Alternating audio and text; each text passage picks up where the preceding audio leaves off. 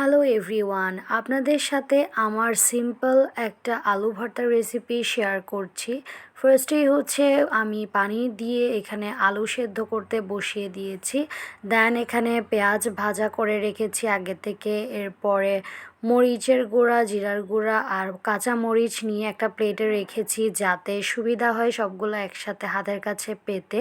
দেন আলুগুলো একে একে সব চামড়া ছুলে এখানে ভর্তা করে নিয়েছি। দেন যা কিছু ছিল উপকরণ সব দিয়েছি আর পরিমাণ মতো লাস্টে লবণ অ্যাড করেছি। আর আমি কিন্তু এখানে সরিষার তেলও অ্যাড করেছিলাম, যেটার ক্লিপসটা নেওয়া হয়নি। আর সাথে মিক্স করে দিলাম লাস্টলি এখানে চিলি ফ্লেক্স দিলে খেতে আরও বেশি মজা লাগে। দেন রেডি হয়ে গেল আমার সেই আলু ভর্তার রেসিপি। এটা আমি কিছুক্ষণের জন্য রেখে দিলাম। দেন হচ্ছে যেটা মেইন উদ্দেশ্য পান্তা ভাতের সাথে খাওয়ার ছিল, এটাই খেলাম এবং অনেক মজা হয়েছে।